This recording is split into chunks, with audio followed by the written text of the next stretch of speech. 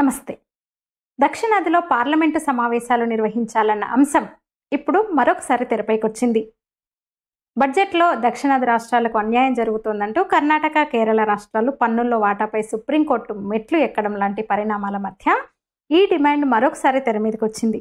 YSRCP MP Maddila గురుమూర్తి ఈ డిమాండ్తో ఎక్స్లో tweet చేశారు.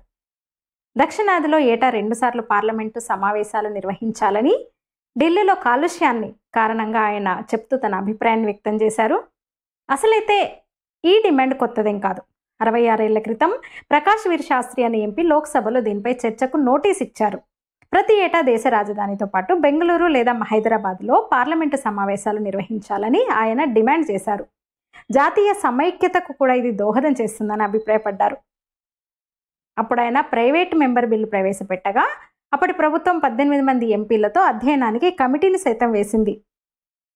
ఇక ఆనాడు కేరళ, మైసూర్ రాష్ట్రాలు పార్లమెంటు భవన నిర్మాణం కోసం భూమిని ఇవ్వడానికి కూడా ముందుకొచ్చాయి. సమావేశాల్ని సరళతరంగా మార్చేందుకు వీలుగా క్వశ్చన్ అవర్ లేకుండా నిర్వహించాలని ప్రతిపాదనలు కూడా వచ్చాయి.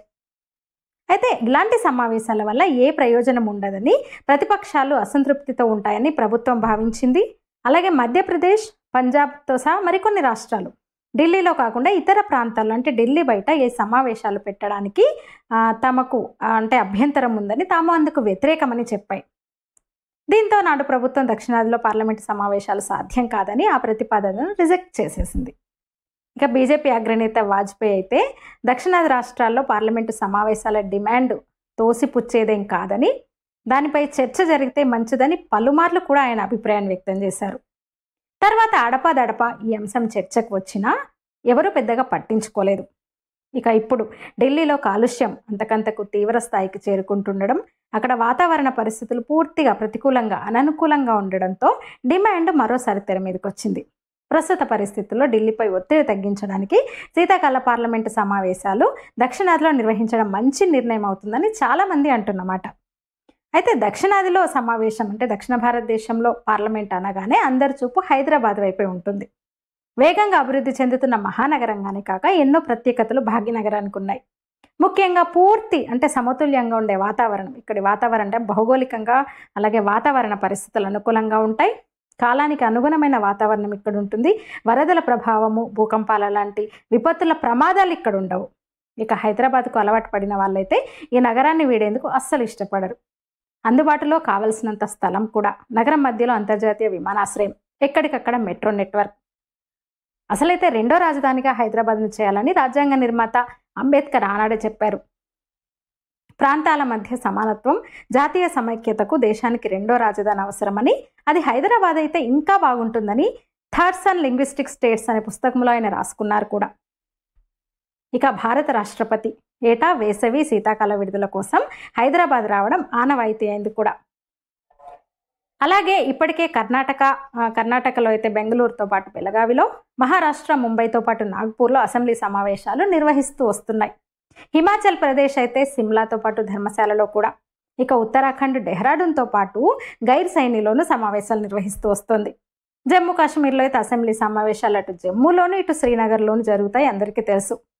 ఇలా రాష్ట్రాలు అసెంబ్లీ సమావేశాలను 2 నగరాల్లో ఆయా వాతావరణ పరిస్థితులను బట్టి 2 నగరాల్లో నిర్వహిస్తుండగా పార్లమెంటు సమావేశాలు మాత్రం ఎందుకు నిర్వహించకూడదన్నది ఈ డిమాండ్ లేవనెత్తిన వారి ప్రశ్న.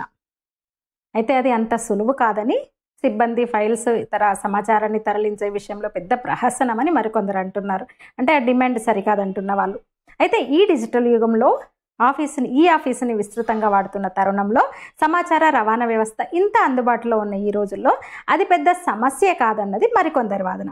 కనీసం ఢిల్లీలో పూర్తి ప్రతికూల వాతావరణం ఉండే శీతాకాలంలోనైనా కనీసం ఒక్కసారైనా సమావేశాలు దక్షిణాదిలో నిర్వహిస్తే అక్కడి నుంచి తరలిస్తే బాగుంటుందనేది మరికొందరి వాదన. ఇక దక్షిణాఫ్రికా, మలేషియా, సౌత్ కొరియా వంటి దేశాలు ప్రత్యేక పరిస్థితుల్లో కొన్నిసార్లు 2 చోట్ల కూడా సమావేశాలు నిర్వహించుకుంటున్నాయని వాళ్ళు గుర్తు చేస్తున్నారు.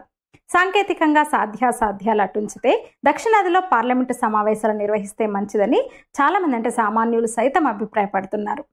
నార్త్, సౌత్ అనే భేదాల్ని తగ్గించడానికి ఇది ఉపయోగపడుతుందంటున్నారు. నిజమే కదా. దక్షిణాదిలో పార్లమెంటు సమావేశాల నిర్వహణ మొదలు పెడితే రాజకీయ శక్తి మొత్తం ఢిల్లీలోనే కేంద్రీకృతం అవుతుందన్న భయాందోళనలు ఇక్కడి వాళ్ళలో తగ్గుతాయి. స్థలాభావంతో ఇబ్బంది పడుతున్న ఢిల్లీపై కొంత ఒత్తిడి కూడా తగ్గుతుంది.